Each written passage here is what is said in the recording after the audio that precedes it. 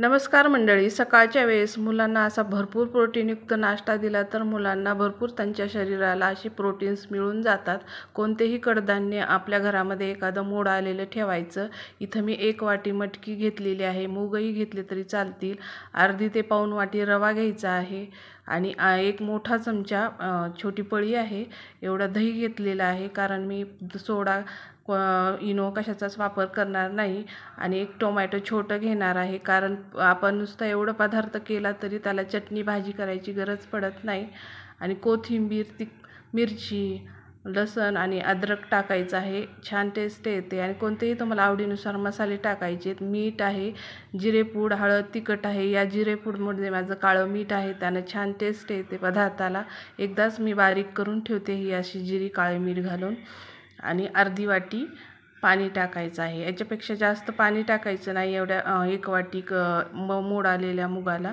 जास्त पातळ केल्यानंतरही ते जास्त डिडी होतं, असं म्हणजे कडक असं छान होत नाही. त्यामुळे या इतपत पाणी टाकायचं आहे. आणि एका बाउलमध्ये असं बारीक आपल्याला इतपत सरभरीत बॅटर तयार करायचं आहे. याच्यापेक्षा पातळ करायचं नाही, कारण परत ते खरपूस होणार नाही. याच्यामध्ये एवढंच पाणी बास होतं. आता आपण पॅनला थोडंसं तेल लावून हे 1 ते 2 पळ्या त्याच्यावर टाकून घेऊयात. पॅनला जास्त गरम करायचं नाही, मीडियम गॅसवरच हा पॅन ठेवायचा आहे.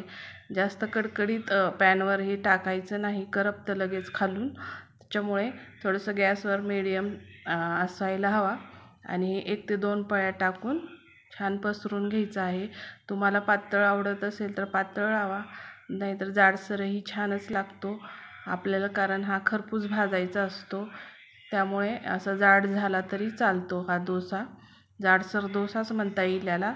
आणि हे मुलं आवडीनं खातात. टिफिनला जर तुम्ही हे दिलं तर जास्त असं आहे असाच राहतो, जास्त असा पाणी सुटत नाही याला. अशा पद्धतीचा हा तयार होतो. त्यामुळे टिफिनला दिलं तरी खूप छान राहतो हा दिवसभर, म्हणजे त्यांच्या टिफिनच्या खायच्या वेळेपर्यंत. आणि हा असं झाकून भाजल्यानंतर एक साईड छान भाजते, पलटून दुसरी साईड भाजून घेऊयात. खरपूस भाजायचा आहे, म्हणजे छान असा राहतो हा, जसा आहे तसा राहतो. अशा पद्धतीने हा भरपूर प्रोटीनयुक्त आपला सकाळी नाश्ता तयार होतो. व्हिडिओ आवडला तर 1 लाईक करा. धन्यवाद.